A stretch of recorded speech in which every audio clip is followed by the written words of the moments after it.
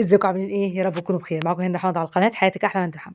هعمل معاكم النهارده فتة المكرونه بطريقه صحيه وطعم اكتر من الرائع.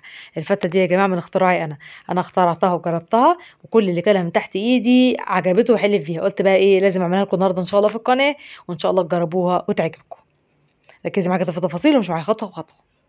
اول حاجه هنحتاج شوربه لحمه. تمام، انا جبت نص كيلو من اللحمه وقطعته قطع وسلقته، ودي الشوربه بتاعتها. نص كوبايه من الشعريه، كوبايتين من الرز، هتقيسي على الكوبايه دي كمان كوبايتين من الرز. 150 جرام من المكرونه المرمريه، سواء كانت سايبه او في اكياس حسب ما تحبي. ربع فنجان صغير من خل. بصلايه حمرا وسط ودي لوحديها. 3 معالق كبار توم مهروس. نص كيلو من صلصه الطماطم ومعاهم بصلايه حمرا وسط لوحديها. دي طماطم يا جماعه انا كنت جايباها وضرباها في الخلاط وخزناها في اكياس تلاجة في الفريزر، بس هي كانت قليله فكترتها بطماطم عاديه. نص معلقه صغيره من فلفل اسود، معلقه صغيره من كزبره ناشفه، معلقه صغيره من الكمون، معلقه صغيره من الملح. نص كيلو من اللحمه متقطعه قطع ومسلوقه زي ما انتم شايفين كده. انا بجيب يا جماعه الطماطم وبضرب في الخلاط وبخزنها في كاس تلاجة في الفريزر وطلعها حسب ما بحتاج. بس الطماطم الكيس الطماطم ده كان قليل فكترته بالطماطم. كده مقاديرك قدامك، يلا بينا نبدا في الوصفه. يلا. فحل على النار من غير ما دهن نهائي، هنزل بنص كوبايه من الشعريه وهقلب في الشعريه كده لحد لما الشعريه كده تحمر وتاخد لون. اول لما تحمر وتاخد لون هنزل بكوبايتين من الرز، عليهم معلقتين صغيرين من الملح. كل كوبايه رز قصادها معلقه صغيره من ملح، وهقلب كله مع بعضه كده. وهنزل بكوبايه من شوربه اللحمه، تمام، وكوبايه ونص من الميه، ونقلب كله مع بعض. اول لما الميه والشوربه يغلوا كده زي ما انتم شايفين، هروح مغطياه وموطيه النار. هعمل بقى صلصه الفته. معلقه صغيره من السكر في حله من غير ما دهنين نهائي. اول لما السكر يتكرمل كده هنزل عليه بالبصلايه اللي كانت لوحديها مضروبه في الكبه، وهقلب كده البصل مع السكر المكرمل لحد لما البصل يصفر. وبعد كده هنزل بنص كميه الثوم المهروس ونقلب كله مع بعضه. اول لما الثوم يصفر هنزل بنص كميه الخل واقلب كله مع بعضه. وبعد كده هنزل الطماطم اللي متفرزه لوحديها. هعمل بقى باقي كميه الطماطم ومعاهم نص معلقه صغيره من فلفل اسود، معلقه من كمون، معلقه من الكزبره، معلقه من الملح، وباقي كميه الخل، واضربهم في الكبه كده لحد لما كل المكونات تمتزج كده تبقى عامله زي العجين زي ما انتم شايفين كده. واقلب كله مع بعضه، اقلب كله مع بعضه. اول لما الطماطم المفرزه تفك وكله زي ما انتم شايفين كده، هنزل بنص كوبايه من شوربه اللحمه، ده طعم حلو.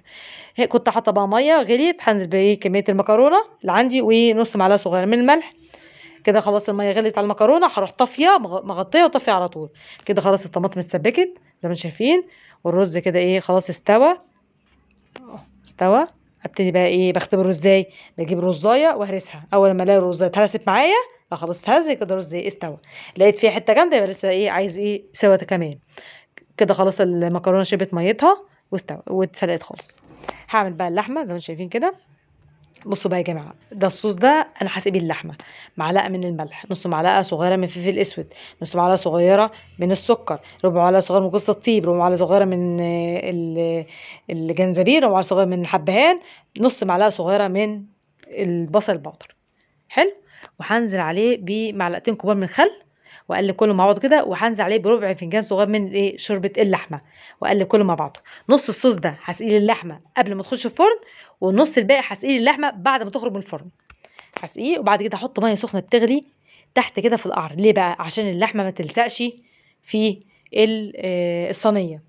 مهمه قوي النقطه دي، اللحمه ما تلزقش في الصينيه. حلو. وهدخلها في فرن على درجه حراره 180.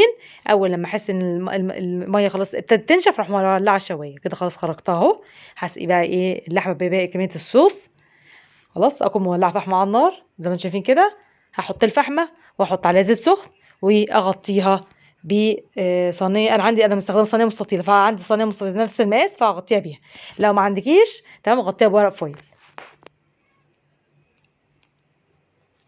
خلاص غطيتها بقى بصينيه مستطيله عشان اكتم بقى البخار طالع من الفحم واللحمه تاخد من ريحه الفحم. اهو ده شكلها بعد ما الفحم انطفت. نبتدي بقى نرص طبقات الفته.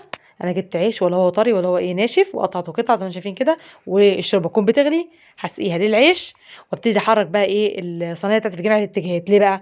عشان ما يبقاش عشان العيش يشرب كل كميه الشوربه، ما يبقاش في حته ناشفه حته طريه. وارص بقى الرز زي ما شايفين كده بالاسباتولا، اضغطه جامد.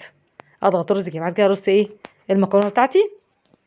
ممكن تستخدمي مكرونه غير المرمريه، بس انا بفضل المرمريه مع الوصفه دي.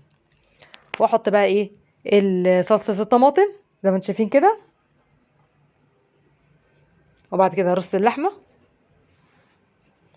بصوا الطبقات، طبقه العيش، طبقه الرز، طبقه المكرونه، والصلصه واللحمه. ان شاء الله تجربوها وتعجبكم. جربوا يا جماعه الفته بالطريقه دي، ان شاء الله تجربوها وتعجبكم. هي تختلف عن طريقه الفته التقليديه، ان انا حطيت شعريه مع الرز، تمام، وحطيت المكرونه. الفته التقليديه الرز بيكون حبه وحبه ومن غير مكرونه، هو ده بس الفرق. جربوا برضو اللحمه بالطريقه دي، ان شاء الله جربوها تعجبكم. جميله جدا، طعمها حلو، واخده ريحه الفحم، حاجه كده ايه، روعه. ان شاء الله جربوها وتعجبكم. اي وصفه يا جماعه انتوا عايزين نعملها، اكتبوا لي في التعليقات، وان شاء الله اعملها لكم بطريقه صحيه. لو عجبكم الوصفه لايك واشترك في القناه، وتدعموني بالاشتراك. والسلام عليكم ورحمه الله وبركاته.